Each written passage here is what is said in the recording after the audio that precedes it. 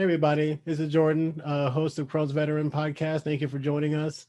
I'm here with my awesome co-hosts, Renika Wood and CJ Cabrera. How you guys doing? Doing Great. good. Awesome, and today we are very honored and grateful to have my good buddy Steve joining us to talk about his IBD journey. How you doing, man? I'm okay. It's really good to be here. I got to tell you, it's been a few months since I found you guys, and it's really made a difference in my life tremendously. You know, my story, it's not just about IBD and Crohn's, but it's about addiction. It's about mental health. So you guys, I've watched some videos, especially talking about grief and grieving who you used to be. And, it's really helped me tremendously. Wow. Thank you for sharing that. Thank you. Just coming off sharing that, I know my heart is smiling right now. And I know I can appreciate, I know the fellas can too, appreciate the beautiful words. And that's a big part of what we do is to help people out here that maybe in a dark place, help them with providing light to shine and share with the comfort of knowing that no one is judging you through the process of what you're going through. So I thank you for sharing it with us thus far. It's my pleasure. And, Crohn's could be a very lonely journey, Mm-hmm. and it's I've always known there were people out there with Crohn's, but, I only met one or two in my life, other than a family member, Yeah, to tell you the truth, that's like the kind of the root of why I created, my Instagram account and started reaching out to people is that because where I am in Nebraska, I just, A, my family's not here, my extended family's not here, and then, B, I just had never really met, really anybody with IBD or Crohn's disease. I was like, your family's by me. yeah, exactly. They're literally all over the place, including Vegas and stuff. And and so, so I was just kind of, like determined, to say, well, man, well, if there's, hundreds of thousands of people or whatever that in the country that have it, where are they? And so I was kind of, set out to find, to kind of find them. And, long story short, I found, CJ, Renika, and a lot of other cool people to, to kind of help me get through. Well, that's fantastic. Yeah. Yeah, definitely. I know for me, I know Jordan found me, I think, and it was last year in December. And I started following a couple people on Instagram and on Facebook. There are a couple support groups as well. Yeah, I'm on a few of them. I actually started on Facebook just through the support groups. I found it tremendously because when I first started, I was really shy and scared of talking in a group or anything, but I just saw everybody talking so openly about everything. Like it was just like second nature to them, and they didn't really care what anybody thought, and they would just post emotional things, like things that touch people, like also images, like things of that you could possibly have, or they could give you advice. I know I've asked many people different questions, and I've gotten like plenty of advice on there. And yeah, if you post on Facebook, you're gonna get a lot of comments. yeah, like it's different compared to Instagram because if you just post on Instagram and post it on your story, it's just the people who are on your page are gonna see it. Right. Yeah. Definitely. And then CJ found me. Oh yeah, I found Renika. Found me was I'm saying like April, May of this year. See, Oh, really? Yep. And Yeah, I think it was. I remember, after, me and CJ, talked to Renika, I remember after the car, said, yeah, man, it's like, it's going to be. It was right off the bat. We talked to Renika. Yeah, she's an amazing. Just that energy. Just that energy. Mm-hmm. Yeah, I've been following her on Instagram. She's got a lot of positive stuff on there. Or you guys, Thank you. Yeah, thank you. So, that's what we strive to do, because I said, IBD is, it's such a condition that, can really, there's so many challenges associated with it. And so we try to, being positive, having good attitude is, something that's an intentional act. And so, so I believe in that. And so that's why, we all know that we're going through tough times a lot of the time. And so, right.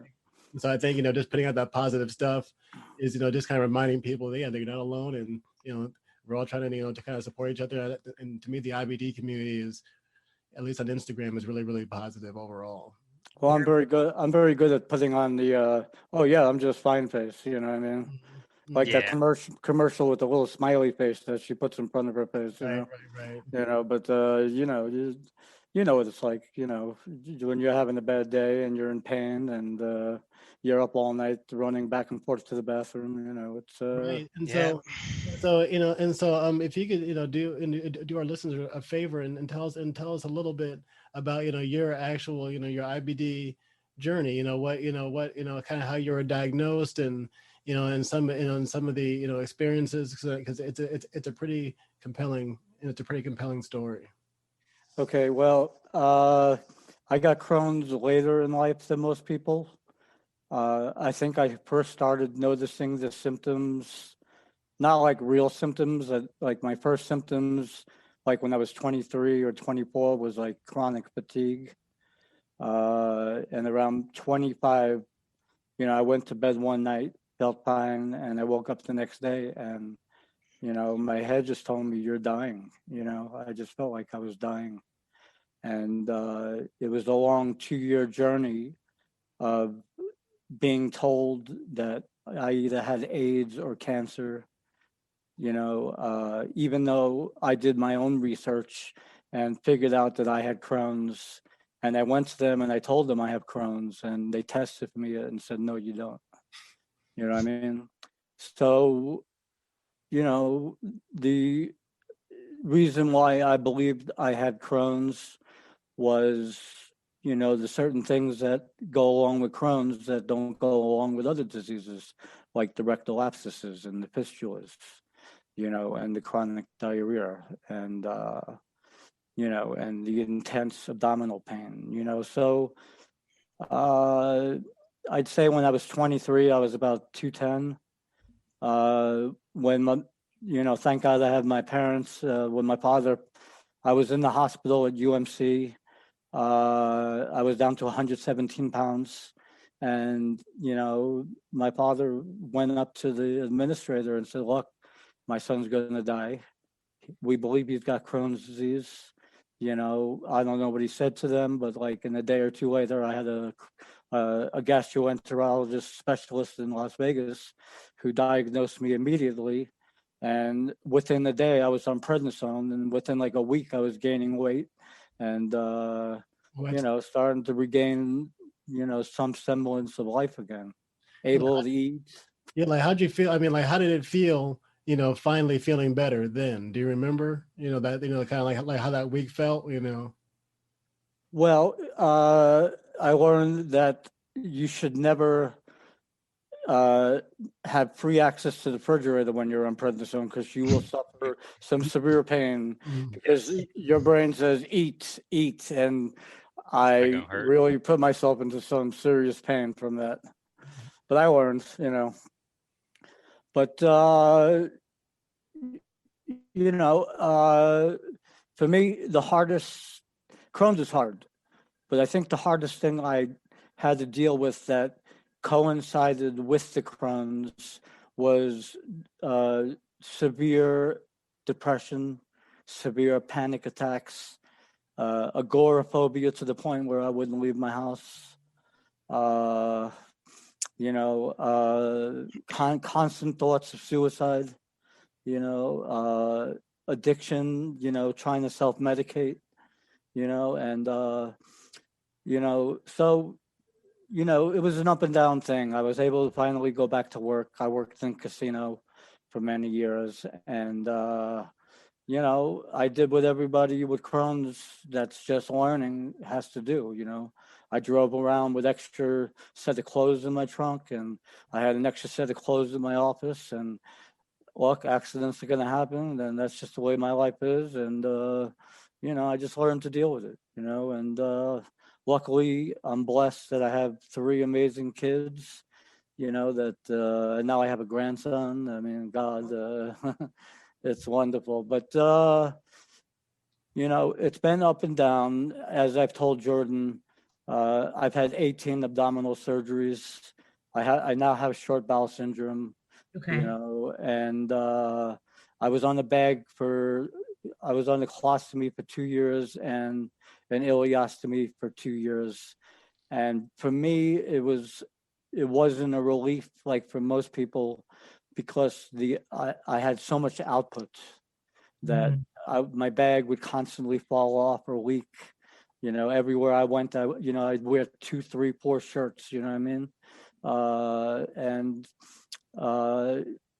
I literally, when I went to the surgeon that finally did the reversal after all those years, I went in there with a hefty bag taped around my stomach with duct tape all around me, because that's how much output was coming out. Wow.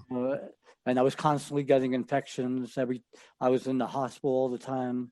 I mean, I spent, out of the last 31 years, I'd spent at least a solid 7 of those years in hospitals, you know. And I mean, it's a long story, so let me get to the good parts. So I had the ileostomy reversal. The doctor didn't want to do the surgery, but he put me in the hospital. I went in December of 2015, and I spent 7 months on TPN and all this other stuff, trying to get me healthy enough just to survive the surgery, because they told me I had a 2 in 10 chance of living, and I knew that going in, and I didn't care. The bag was just so not worth living anymore. So after 10 months, I had the surgery, and post-surgery, one of my stitches popped loose, and, you know, everything from my intestines went into my bloodstream. I went into complete sepsis. My heart stopped. I went into cardiac arrest 6 or 7 times, and they put me in a medically induced coma, and I spent 7 months in the coma. And I would say the whole hospital experience was 22 months, and that's including like having to learn how to walk all over again, and, you know, all the good stuff that comes along with that, you know. But I've had at least 8 bowel resections. I've had so many fistulas go into different organs in my body, you know, and you know, it's over 30 years. It's a lot. It's a lot to get in a short amount of time. But you know, I mean, well, I just want to say, you know, I greatly appreciate you sharing all of that. I know it's not easy. You know, that's, you know, part of this is just kind of, you know, a little bit of therapy. It's supposed to be, you know, therapeutic to try to get these, you know, to be able to, you know, tell somebody, you know, what's been on your chest and stuff like that. And so I really do sincerely appreciate it. Thank you. You know, my pleasure. We appreciate you sharing. Yeah, definitely. You know, that's why, you know, I know I tell people all the time that, you know, that's, you know, that anybody that has IBD, Crohn's, ulcerative colitis, you know, they're, you know, it's kind of like I'm a military veteran, CJ's a military veteran. And so I was kind of, you know, just this whole mentality about, you know, kind of, you know, earning ranks and stuff like that. And so, you know, and so somebody like you know, you're pretty high up there, you know, I mean, You're general, bro. You're general. right. You're right. Another thing that was pretty bad. I did really well on Remicade for years, and it stopped working, and they put me on Humira. And you know, Crohn's is not just a colon disease; it's from your mouth to your anus. Right. And I got an infection so bad in my mouth that I was hospitalized in you know, critical care, and the infection in my mouth knocked out almost all my teeth. You know, so I was a little embarrassed to come on because of that. But the good news is my parents live in Mexico, and my dad says once the vaccine's out, I can fly down there and get it all taken care of, you know. Nice. On that. Yeah. Good. Nice. Yeah. Can I share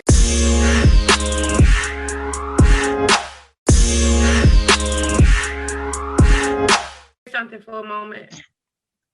So, listen to you share about the different aspects of Crohn's. You mentioned a lot about the mental health, the panic attacks, agoraphobia, the depression, suicidal ideations, the thoughts, not want to live anymore, the addiction, self-medicating. a lot of people tend to forget about the overall mental health that comes along with a chronic illness. On top of already having a chronic illness within itself, putting on all of these other levels of mental health can really be detrimental to a person's mentality. Honestly, Rakina, if you gave me a choice between Crohn's and the mental health, I'll choose Crohn's.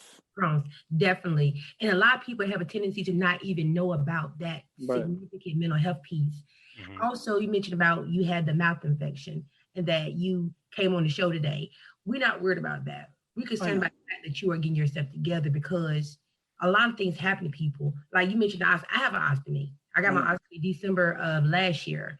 My life has changed completely from that. However, just the overall self-confidence part, I'm still building that part back up. But in the same token, mental health-wise, I never had a mental health diagnosis, but I went through periods of anger, resentment, denial, bargaining, like all the grieving process. Mm-hmm. I was like, why me? I'm like, well, why not me? Who am I? So I blame myself. I blame myself for Crohn's at the beginning. Mm-hmm. I thought that being an addict, I caused it to, it was all my fault. I think, some people maybe are predisposed to it, maybe, but it runs in my family. Yeah, my mom, she had IBD and stuff, but I can tell you, it's, it can strike anyone, and so, like I got, the last meal I remember, I still remember the last meal I had before I was diagnosed with Crohn's disease was chicken nuggets from McDonald's and an orange drink. That was the last thing that I ate, and I had the worst stomach ache in my life, and I went to the emergency room and had surgery and all that stuff. So I said, like, I was healthy on Friday, sick on Saturday, surgery on Sunday, and then Crohn's. So like when I woke up, it's just ding, ding, ding, ding, and so life is crazy. So I don't be too hard on yourself. I'm not anymore. I've definitely, I don't know if I could say I've gotten completely to the acceptance point, but I've gotten through all the other stages, the bargaining and, the anger and, I don't feel like I got dealt a bad hand anymore. I'm blessed. I got 3 amazing kids. I got a wonderful grandson. My parents are just wonderful people, and to me, and I got a great bunch of people now that I could talk to. Definitely, the support is important. Go ahead, George. Yeah, I was gonna say like that. I'm a big believer in like families real well. Like that kind of dynamic is real wealth. Because you can't buy like everybody getting along now well. Right. Definitely. My question is like, now speaking on a platform such as this right here, people are listening to us, and I'm just curious to know from your perspective, what is some of the positive encouragement that you can give to someone that does not talk about their mental health or their addiction along with Crohn's? Like, what is some positive words or feedback you can share with the audience in regards to that topic? Well, there is people out there and there is help. And there's no shame in seeing a psychiatrist or a therapist. Seek the help because you're not alone. You got all of us here, Instagram, anybody could have my number. Look, I'm not saying that my mental health issues are gone. Mm-hmm. They're not. Right. But I am not suicidal. I want to live. And that's a long way from where I was. You know what I mean? And I have a great psychiatrist. I have a great therapist. And I'm not afraid to open my mouth anymore. I don't lie to people anymore. I don't say, oh, yeah, I'm doing wonderful. All's good in the world, and inside I'm dying. You know what I mean? So it's about, it's not about, saving face. It's about saving your ass. You know what I mean? And I agree with that 100%. Mm-hmm. That's awesome. That's and also I've learned to not expect other people to understand. I don't need them to understand. I don't need them.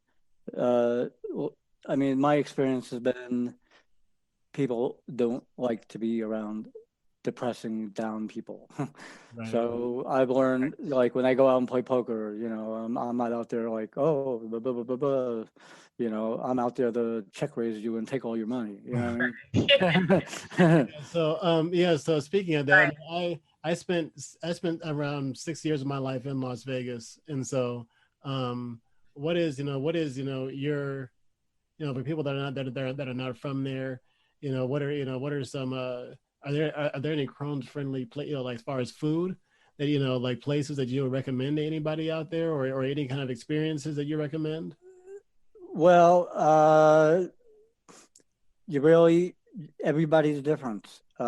Foods that affect me may hurt you really badly. Foods that you eat that are fine may hurt me badly. It's just like medications. Mm-hmm. Like, Entyvio and Humira were totally different experiences. But I know for me, like, I learned a lot early on the Crohn's and Colitis Foundation of America.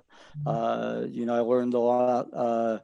There's a book called Food in the Angry Gut, and it gives good examples of, things that are Crohn's friendly and not. Like, obviously dairy is, and, proteins are, complex carbs are bad, complex sugars are bad, Or thank you for sharing. Like, yeah, I know, like, me, I was just, I'm constantly realizing that things that that sit well yesterday don't sit well today. And so so that being so are there any, like, I guess, favorite haunts of yours in Las Vegas, I guess? Well, yeah, I mean, first rule is they have to have a poker room. Mm-hmm. I don't walk in the joint if there's no poker room, so there's a lot of places I've never seen. But yeah, I love sushi, and the Sushi Wa on Eastern is the best sushi in town. I highly recommend it, but you got to be smart. Whole Foods is a great place to get food. Yes. I eat a lot of fish. My parents live in Mexico, right on the sea. They spend their summers in Alaska, so I have a freezer full of salmon and halibut and all the smoked fish. So I got fish here. Yeah. That's good awesome. fish. They're fresh fish. Yeah, oh, like, yeah. That's awesome. That's awesome. Mm-hmm. Anything you add, CJ? You can add anything, CJ? Oh, I was just gonna talk about the mental health aspect. I feel like it's like a reoccurring thing. You have to like maintain it. I know that with me, with my mental health, I'm kind of in a good place, but it kind of does like a circle for me. I found myself kind of going backwards with my symptoms as well. Like, with my symptoms worsening, my mental health was worsening, and I found myself kind of going back to wanting to stay in the house, going back to not wanting to leave the house. Like, I want to say, I think today has been like the first time I gone out in like a week or 2 weeks to go like buy stuff, and that's a big accomplishment on my part. Well, absolutely. I mean, I literally have to force myself to get out of bed, go sit in the backyard and look at the palm trees and look at my pool, go in the front yard, wave at the neighbors, uh, you know, like if I want to go play poker, it's a good couple of days of meditating and getting my mind right, just to take the car trip, because I have a lot of trouble being in cars. I panic in cars, and I also obsess about it for days before, and I'm learning from my psychiatrist techniques of not obsessing about having to go to a doctor's appointment or take a trip to a casino. Visualization, meditation, breathing exercises. For me, sometimes I have to sit in the back seat. Sometimes I have to put the seat all the way down so I can't see the road. And I do what I got to do, but I'm not totally, but I'm not like purposely avoiding doing things as much as I used to. Mm. You know, We just don't and put ourselves in that situation anymore. well, yeah, avoidance is you know. Yeah, I've been I've been paying a lot more effort in, probably having more positive environments and more supportive environments and stuff like that. Well, that's important, you know. 'Cause I've been, Yep. It's well, very important. awesome. Well, awesome. Well, we definitely appreciate your time, Steve, and your story is, you're a soldier, man, and so I sincerely appreciate supporting us. I'm glad you found us. I'm glad I found you. And so people like CJ, Rakina, you guys, you're wonderful. Thank you. Right. And I want to add some when Jordan finished too. Before Jordan finished, I want to add something. You go ahead and finish, Jordan. And thank you as well. No, go ahead, Renika. Okay. What I was gonna say is that when I saw your picture on the Crohn's Veterans website, I was like, oh my God, you had one of the shirts on. I was like, oh, we're so excited. And to hear your story and the things you've been through, and you still up here with a positive attitude, you still thriving, surviving, living, and maintaining, and able to be transparent and open, it's very much, I appreciate that, because a lot of people don't know about the ins and outs of this chronic illness. And sometimes we're so afraid to share about some of the most secretive parts of our lives. And I mentioned my other podcast idea. I said, because our secrets can keep us sick. So sharing about these Well, things. you're an addiction counselor, right? Yeah. I got a lot of programming here, baby. So thank you for sharing it with me. My heart is so full right now. So thank you so much, and keep up the good work. If you need me, I know Jordan and CJ is there. You can always inbox me, call me, text me if you need to get through some things. You have something going on. Absolutely, and the same goes both ways. Definitely. Right. And so so if anybody wants to find you on Instagram, what is your Instagram handle? At Braverman Steven. All right, awesome, and and of course, everybody listening, we greatly appreciate your support. Please subscribe, like us, share us, tell your friends. You can check out our website. We're at www.crossveteran.com. You can subscribe to our podcast on Spotify, on Google, on Apple, on Anchor. You can follow my buddy CJ on Twitch at Chill Ghost. I've checked that out, and the Paporo site. Right. I'm an advocate, baby. Thank you.